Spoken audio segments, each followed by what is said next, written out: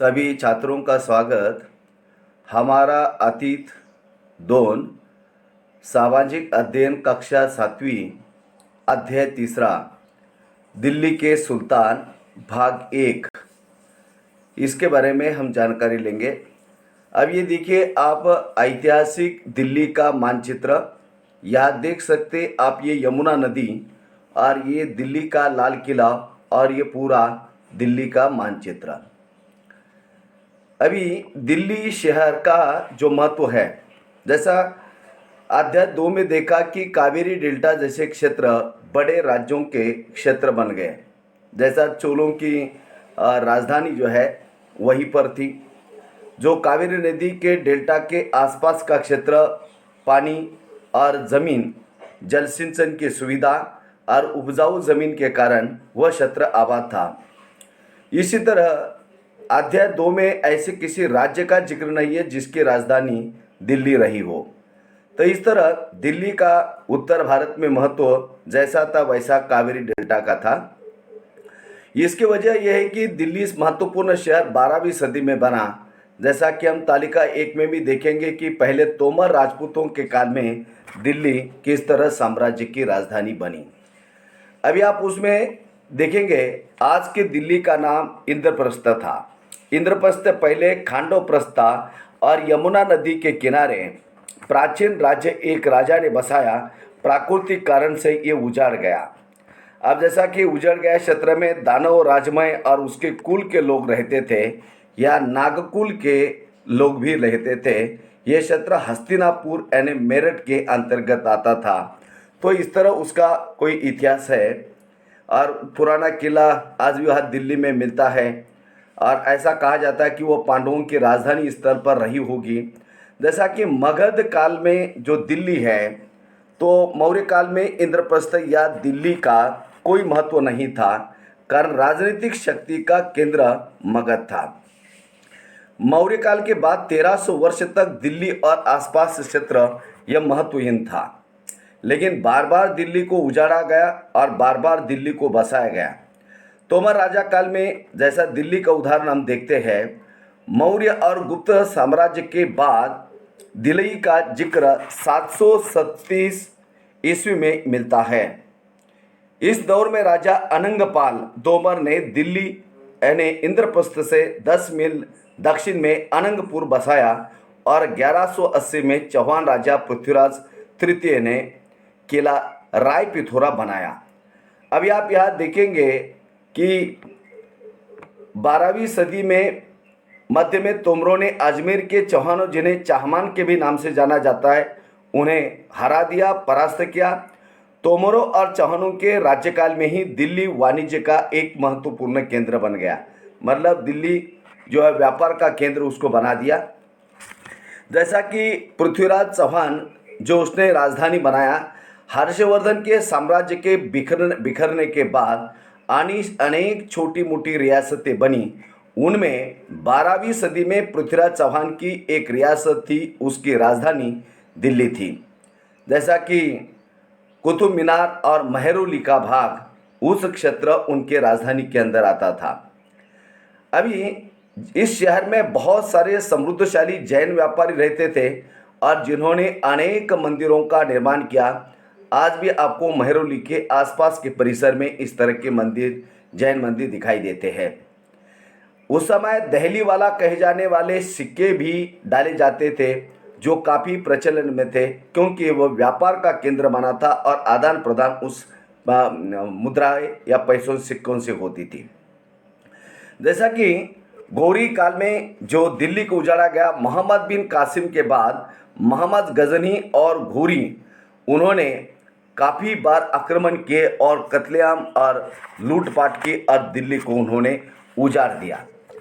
जैसा कि मोहम्मद गोरी का पहला युद्ध पृथ्वीराज चौहान के साथ 1191 में हुआ।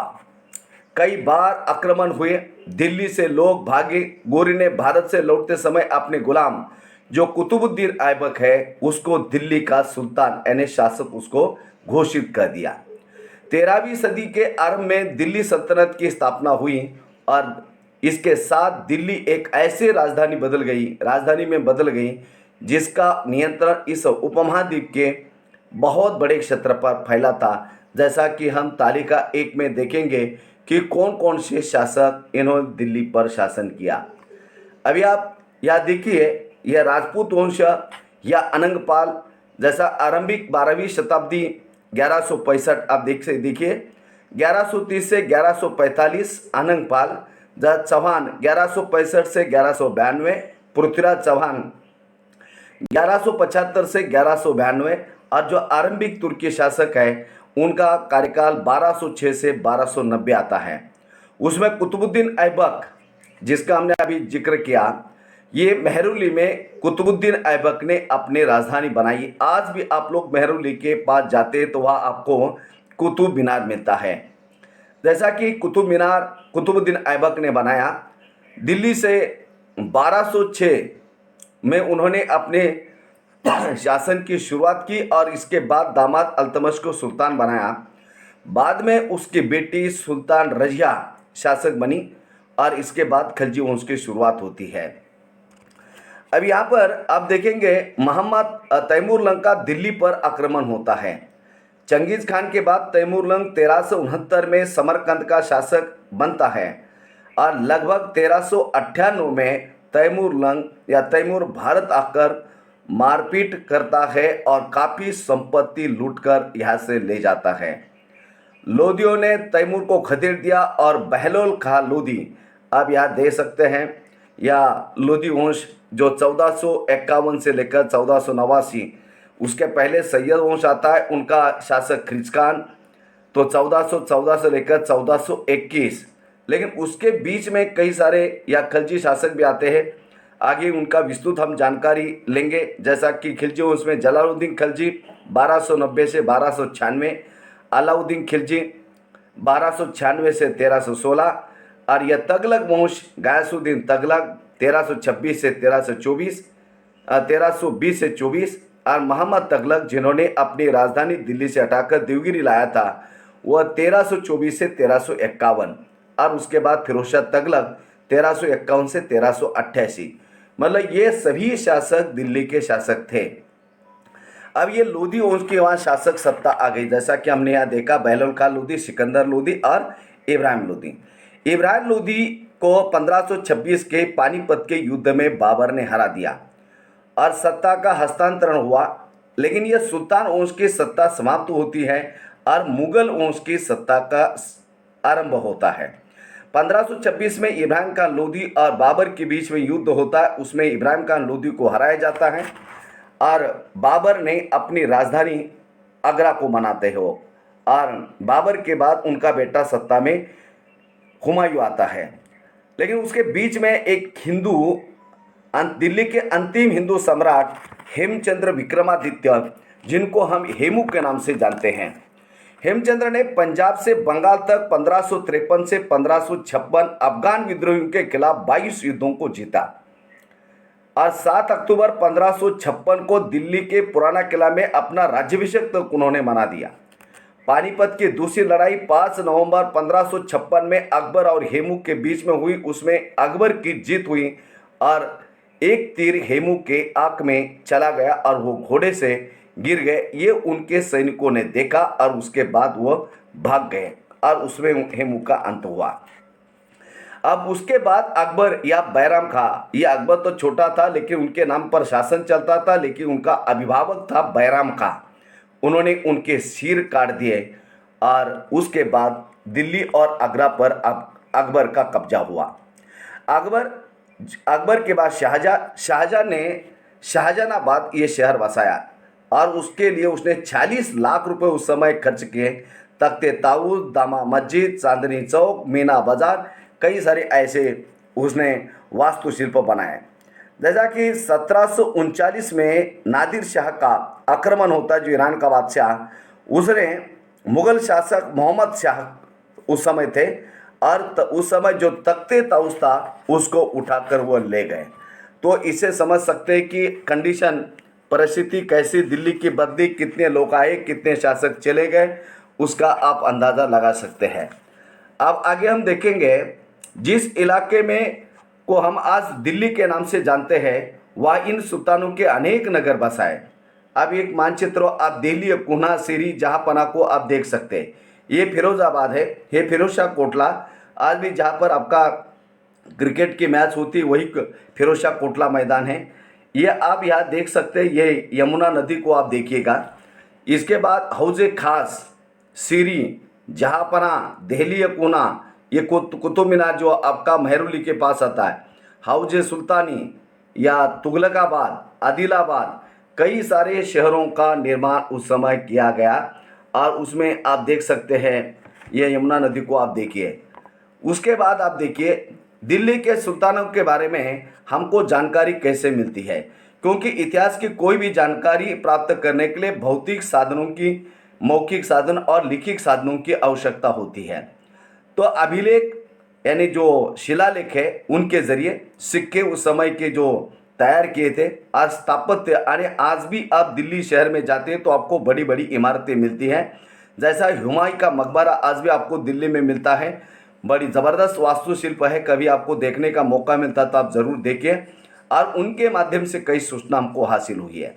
इतिहास तारीख एक वचन, तवारीख बहुवचन है। जो सुल्तानों के शासन काल में प्रशासन की भाषा पारसी थी और उसमें वो लिखते थे। अब ये तवारीख कौन होते थे? तवारीख के लेखक या सचिव, प्रशासक, कवि और दरबारियों जैसे सुशिक्षित व्यक्ति होते थे, जो घटनाओं का वर्णन करते थे और शासकों को प्रशासन संबंधी सलाह देने का काम इन तवारीखों के द्वारा होता था। लेकिन ये लोग न्यायसंगत शासन के महत्व पर बल देते थे। तो इससे आपको समझ में आया होगा, ये दरबारी थे और ये पूरे दरबार का लेखा जोखा रखने का काम करते थे, राजाओं की तारीफ करते थे, और इसके बदले उनको कुछ नजराने या इनाम एक बार में वो मिलते थे। तवारीख के जो लेखक नगरों में, विशेषकर दिल्ली में रहते थे, क्योंकि पढ़े लिखे थे, उनका दरबार में आना जाना था और इनका उपयोग जो है काफ़ी प्रशासन में होता था। वो सूचनाओं का अनुपालन भी करते थे, और ये शायदी गांव में ये लोग रहते थे, इसलिए उनको ग्रामीण क्षेत्र के लोगों के बारे में, उनकी आर्थिक स्थिति, सामाजिक स्थिति के बारे में इतनी जानकारी नहीं होती थी। वे अक्सर अपने इतिहास सुल्तानों के लिए उनके ढेर सारी इनाम इकरार पाने के लिए लिखते थे। जैसा ये लेखक अक्सर शासकों को जन्मसिद्ध अधिकार और लिंग पर आधारित आदर्श समाज व्यवस्था बनाने की सलाह देते थे।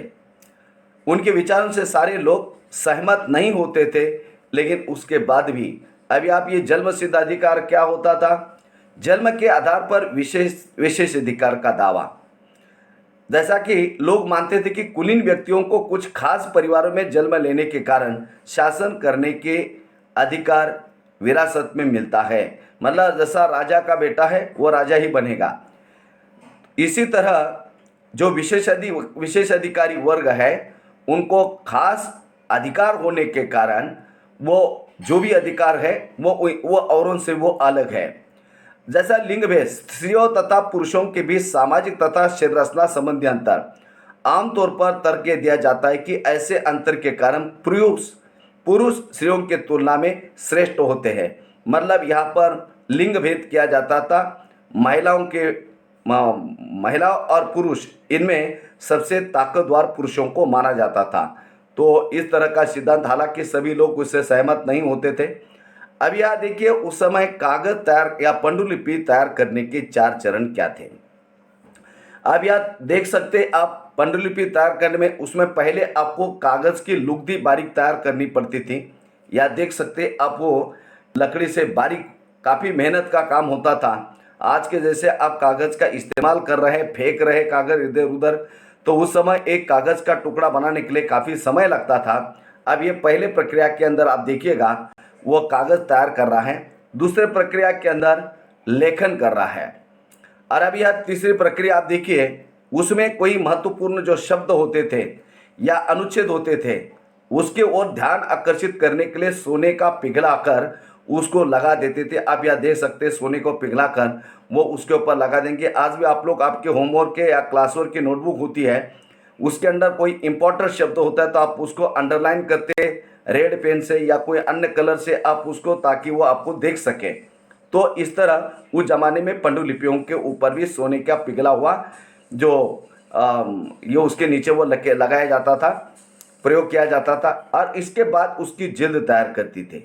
तो मतलब वो किताब आपकी तैयार होती थी। अब एक पांडुलिपि तैयार करने के लिए काफ़ी समय लगता था, और उसके बाद फिर उसकी दूसरी, आज के ज़माने में जैसी प्रिंटिंग प्रेस है उस तरह की नहीं होती थी, हाथ से लिखना पड़ता था। जो हाथ से लिखने वाले लोग थे उसको सुलेखनीस कहते थे।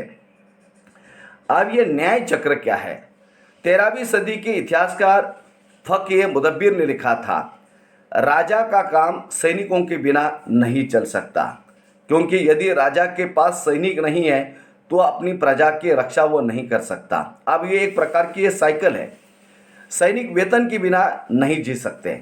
वेतन आता है किसानों से एकत्रित किए राजस्व से, मगर किसान भी राजस्व तभी चुका सकेंगे जब वे खुशहाल और प्रसन्न होंगे।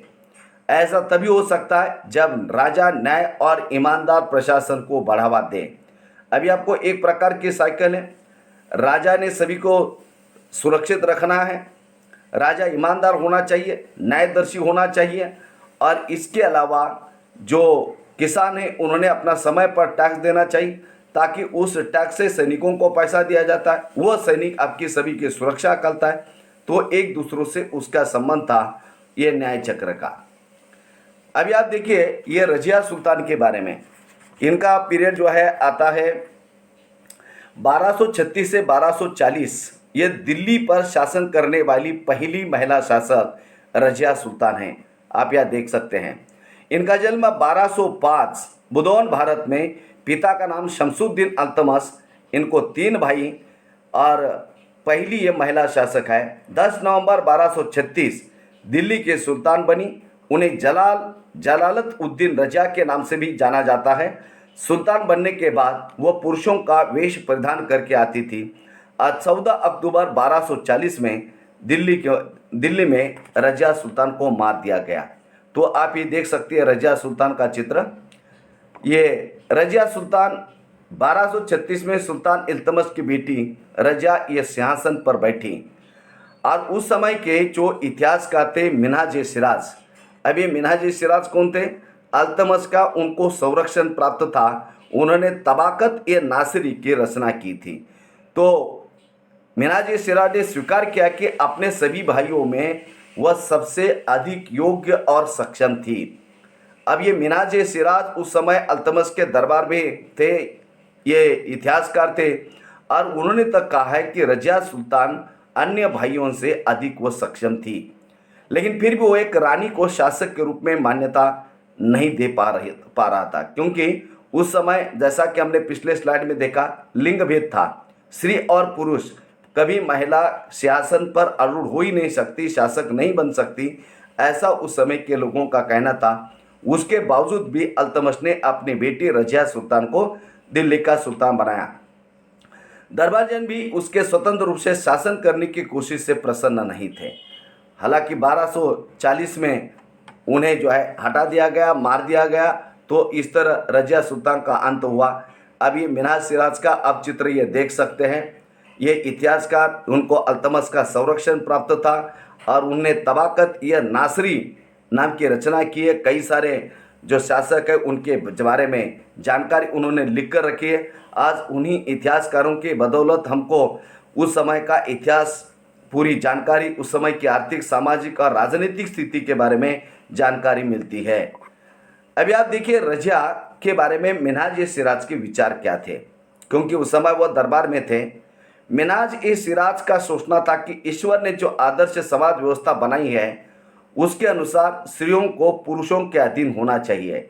अब ये भी लिंग भेद, जो स्त्री और पुरुष एक प्रकार से असमानता, वहाँ उस समय महिलाओं को ज़्यादा स्थान उनका कहना था नहीं देना चाहिए, क्योंकि ये आदर्श समाज व्यवस्था के अनुसार स्त्री और पुरुष के अधीन महिला होनी चाहिए।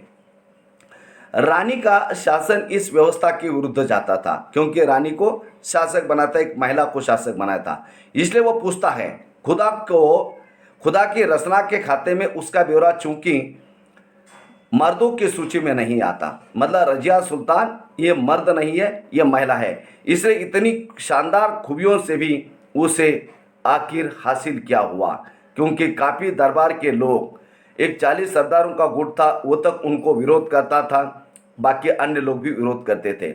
मतलब सब कुछ खूबसूरत खूबियाँ होने के बावजूद भी, टैलेंट होने के बावजूद भी, लेकिन फाइनली पुरुषों के अधीन महिला होनी चाहिए और यही आदर्श समाज की व्यवस्था है। और इसलिए वो कह रहे हैं खुदा की रसरा के खाते में उसका ब्यौरा चूंकि मर्दों की सूची में नहीं आता, वह मर्द नहीं है, और इसलिए इतनी शानदार खूबियों से भी उसे आखिर हासिल क्या हुआ, 4 साल तक वो शासन कर पाई। रजा ने अपने अभिलेखों पर सिक्कों पर अंकित करवाया कि वह सुल्तान इल्तमश की बेटी थी। आधुनिक आंध्र प्रदेश के वारंगल क्षेत्र में किसी समय काकती वंश का राज्य था। उस वंश की रानी रुद्रमा देवी 1262 से 1289 के व्यवहार से रजिया का व्यवहार बिल्कुल विपरीत था। रुद्रमा देवी ने अपने अभिलेखों में अपना नाम पुरुषों जैसा लिखाकर अपने पुरुष होने का भ्रम पैदा किया था। एक और महिला शासक थी कश्मीर की रानी जिद्दा, 980 से 1003। उनका नाम था दीदी, यानी बड़ी बहन से निकलता है। जाहिर है प्रजा अपनी प्रिय रानी को स्नेह भरा संबोधन दीदी के नाम से करते थे। तो इस तरह कई अपने रुद्रमा देवी को देखा, रानी दिद्दा को देखा, यह अन्य भी कई शासक उस समय हुए, लेकिन ये जो रजा सुल्तान का जो रुतबा था वह बाकी औरों से अलग था। तो इसी तरह आपका भाग 1 समाप्त होता है। आप इस वीडियो को ज़्यादा से ज़्यादा देखिए, लाइक करें, शेयर करें। धन्यवाद।